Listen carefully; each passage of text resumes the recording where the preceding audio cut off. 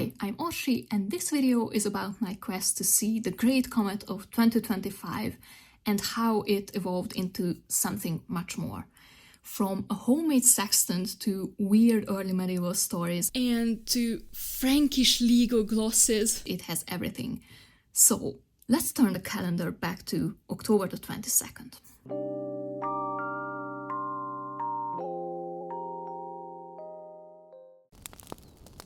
The comet itself is the C/2025 that was discovered on the 3rd of January this year and passed closest to Earth yesterday on the 21st of October.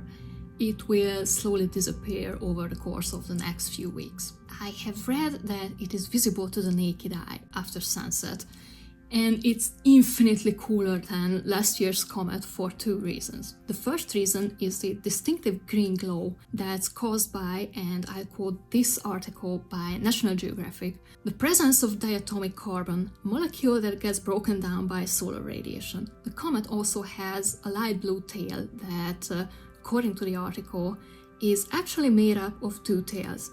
One made of ice and dust from the comet itself, and one made of ions or energetic particles that are excited when the comet turns on as it gets closer to the sun's radiation.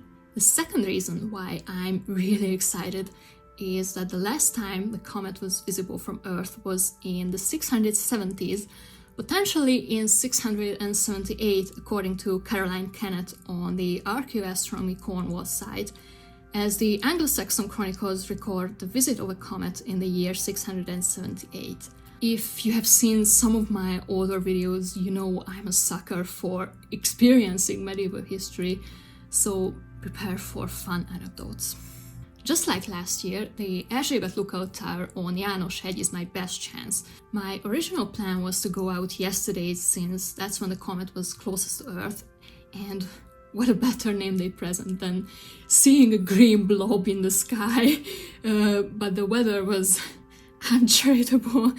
And it didn't look much better in the morning, but the clouds suddenly dispersed a few hours ago, so I'm going to give it a try. Another reason for taking it easy compared to my first attempt last year is that I had a grade 1 ankle sprain a few weeks ago that you are going to learn everything about when my next hiking vlog goes up. It's much better now, but sometimes I still get a dull ache, and it's better to be safe than sorry. But first things first, the sextant. I found multiple tutorials for a simple homemade sextant. The one on NASA's website comes with a little booklet, but it's surprisingly easy. All you need is a protractor, something long and straight that you can tape to it to guide your sight, and a weight on a string. So I'll show you how to assemble them. First, I'm tying this Danish coin, 5 krona, to the protractor.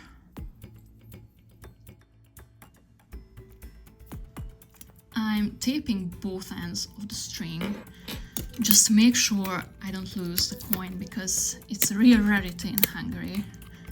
Although I'm sure there's still a few that's circulating in my family. This is the most Uncle Scrooge thing I've ever done. And finally, I'm taping this roller to the rest of the contraption.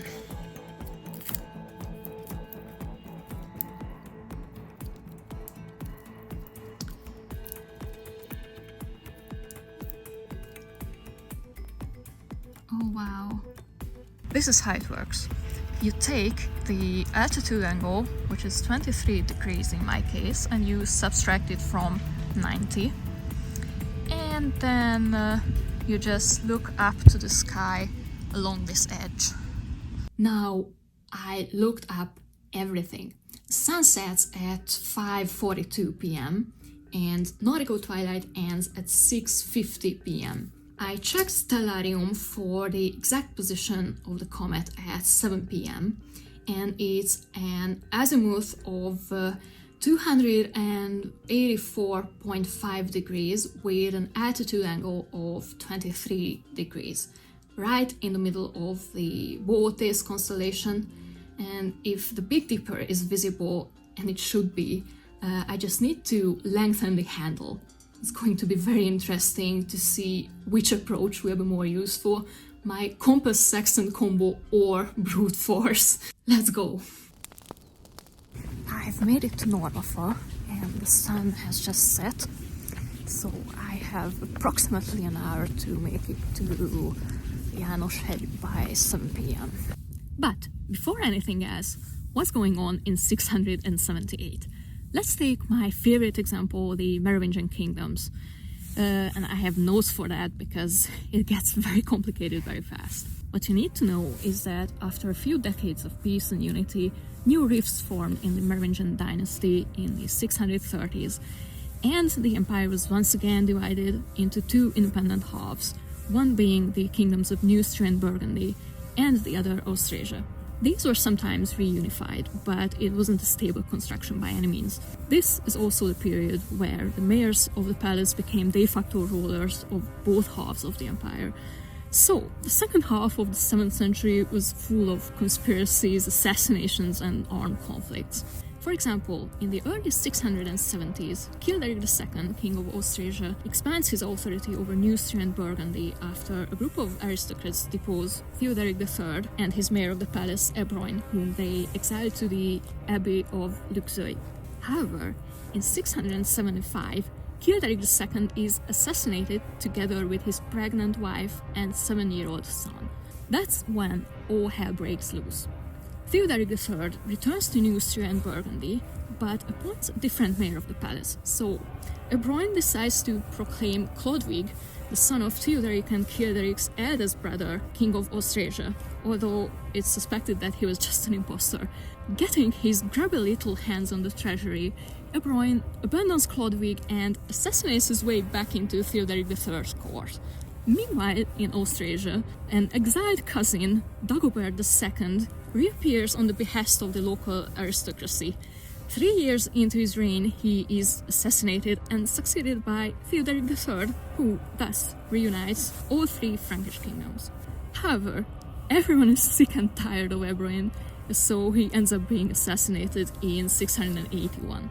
After a minor war, the Austrasian Pippin of Erstal, ancestor of the Carolingians, asserts his dominance and becomes mayor of the palace in the kingdom of the Franks. More mayhem ensues in the early 8th century, but that's a different bedtime story. So, in 678, we have a bunch of kings, potential heirs, mayors of the palace, and aristocrats aspiring for the title, all hating and plotting against each other.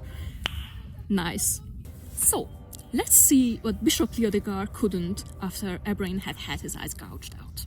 By the way, I will probably meet a bunch of other people in the tower, so in case I cannot record anything, this is what I'm gonna do.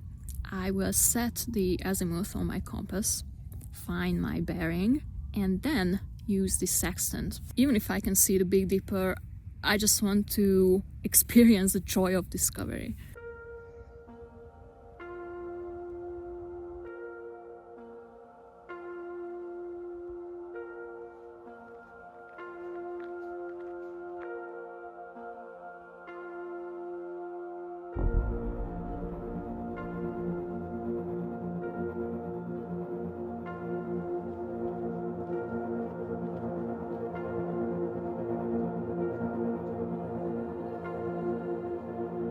The moment of truth is approaching, so it's time to get the most up-to-date and most accurate data from the Stellarium app. It's exactly 6:50, the end of nautical twilight, and I am there in a minute. Finally getting some cardio. It feels so nice.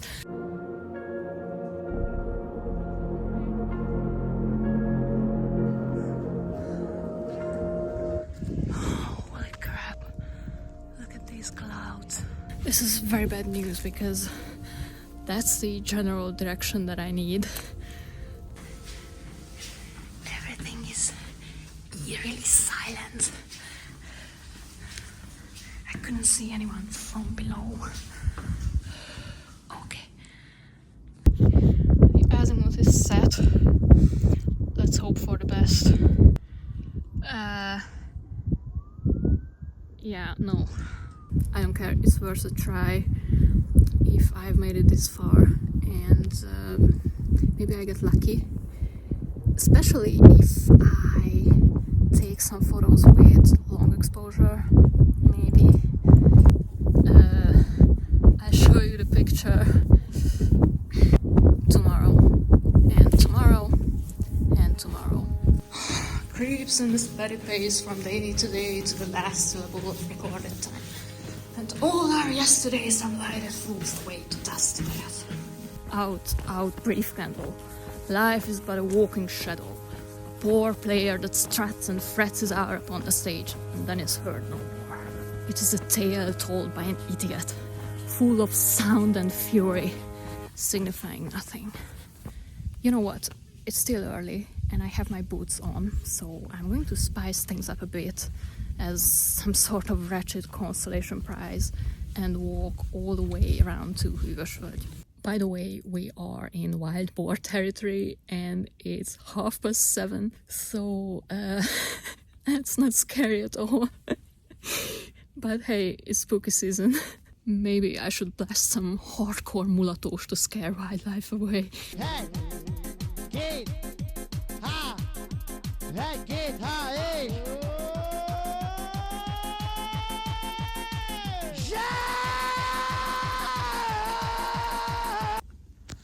Oh no.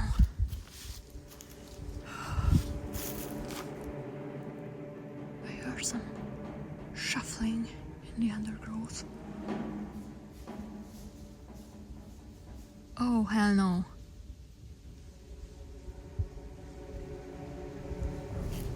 Oh, okay. I don't know, I hope I'm not antagonizing anything with my headlamp.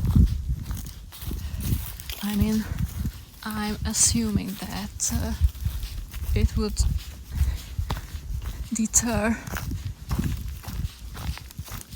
literally everything, anything. Oh, I'm going to be a mature adult and board a bus at Szépjuhászné. Let's see if I can survive the next couple of 100 meters. And so I continued on my way, blasting a bit of wildlife repellent tactical Vivaldi, until I finally reached Szépjuhászné and the bus stop.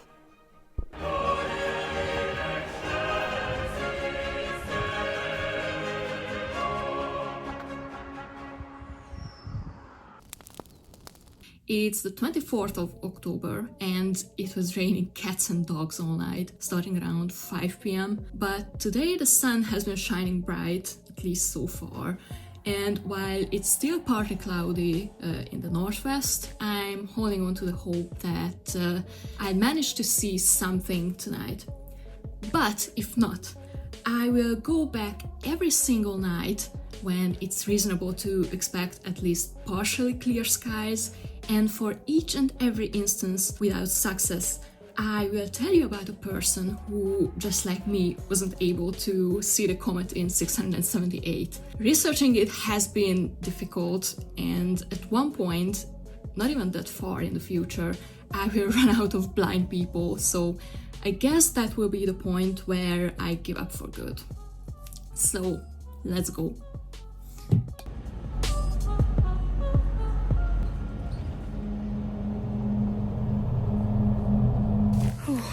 I'm on Normafa and the weather is nothing like in the 11th district.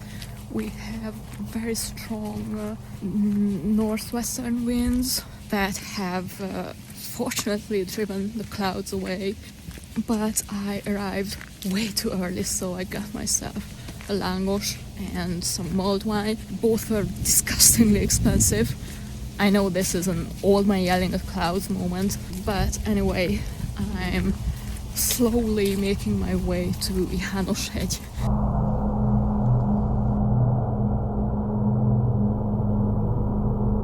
I'm here. I have fresh data from Stellarium and the sky looks promising. I don't think I will be able to record anything on the top floor because of the wind. So other side. Wish me good luck.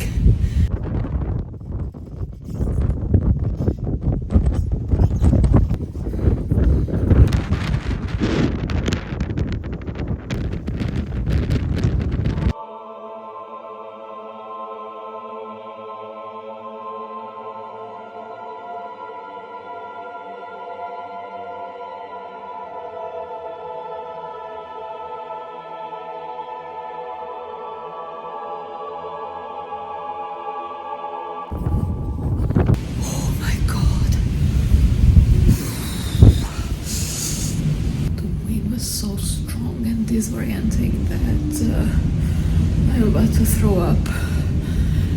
Type 2 fun. I'm sick as a dog after wedding dinner, as we Hungarians say, but I saw the comet.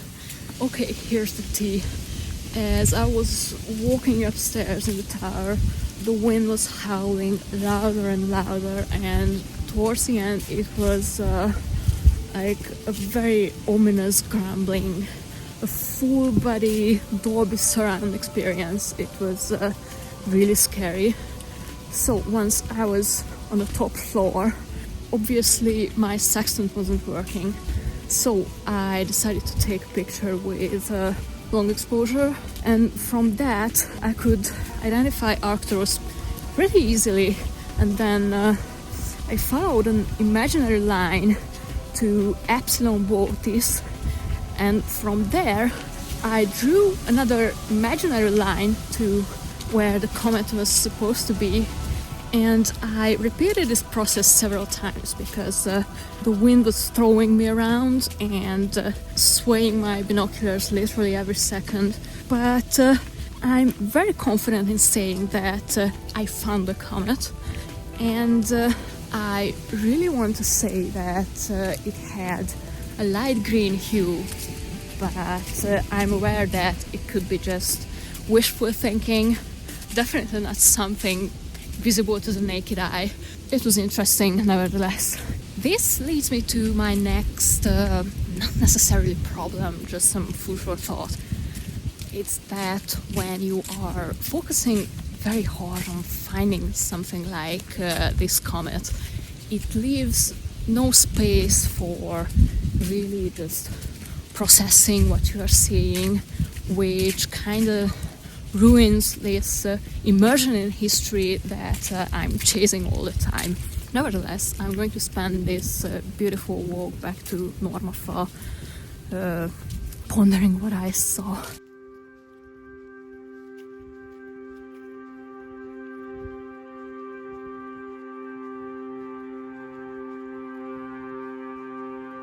But there are two topics that I haven't talked about yet, but are probably the real deal, at least on a personal level. And the first one is, who did this comet shine down to in 678, right where I was watching it from? So, in the Carpathian Basin, the 7th century is all about the Avars who reached Pannonia in the late 6th century.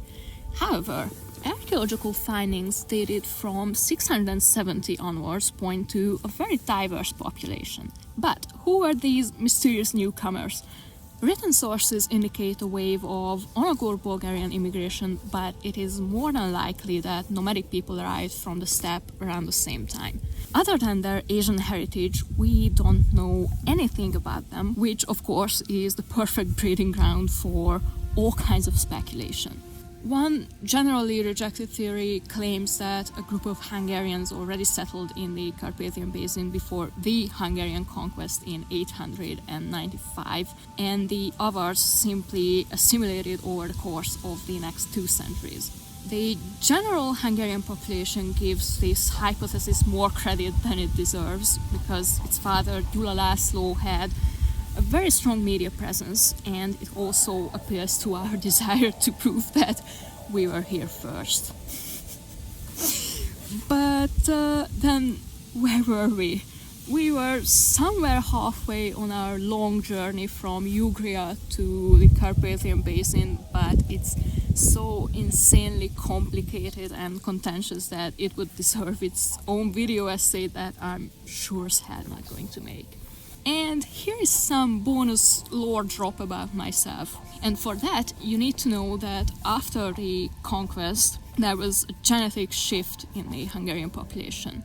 But I'm part Székely on my father's side, so there is a slightly bigger chance that my ancestors were among those who roamed the steppe than for the average Hungarian, and it's really fascinating to think about where my great and so on grandparents might have been at the time of the comet's last visit. I wish I could just ask them. Also, as a linguistics nerd, I want to know so bad what Hungarian sounded like back then.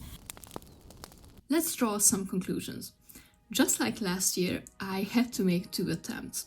The difference was that I've gained so much experience with hiking after dark in the past year that the little walk on the first night was originally going to be just business as usual, except of course my fear of boars that eventually made me shorten the adventure. To be fair, boars have proliferated like crazy in the past year. There's even a map where you can add your own sightings, and there are entire Facebook groups dedicated to people warning each other about boars in the Buda districts. Anyway, I had a feeling that I wasn't going to see anything without binoculars, and I distinctly remember an article recommending stronger ones than mine, but it was still more than what I saw from last year's comet, and I was also more prepared to find it in the night sky, even though I ended up having no use of my dumb little sextant. At first glance, the comet was a bit underwhelming on the photos, despite using a tripod and longer exposure than last year. I would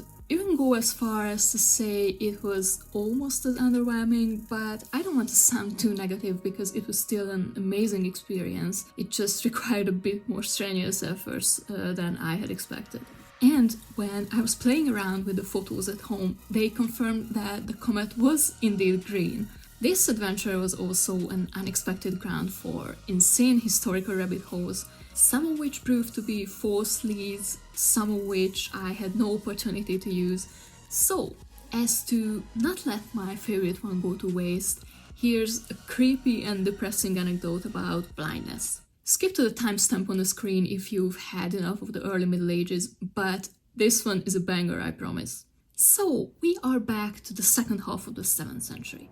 There was a third member of the crazy triumvirate whose other 2 members were Ebroin and Bishop Leodegar. Adalric, Duke of Alsace, was a treacherous snake of a politician and a nasty piece of shit of a father. His daughter, Ottilia, was born blind in the 660s, presumably as divine punishment for his sins against the church, which bothered him so much that he decided to have her killed. Instead, her mother secretly sent her to the countryside to be raised first by peasants and then by nuns. Eventually, the itinerant bishop Erhard of Regensburg baptized her at the age of 12, which, as far as I know, wasn't anything unusual at the time, and she miraculously received the ability to see. Adalric was informed about it, but since it would have been kind of embarrassing to feed some ridiculous story to his subjects about how and why he had a daughter nobody knew about, he refused to acknowledge her. Still, one of her brothers decided to bring her back home,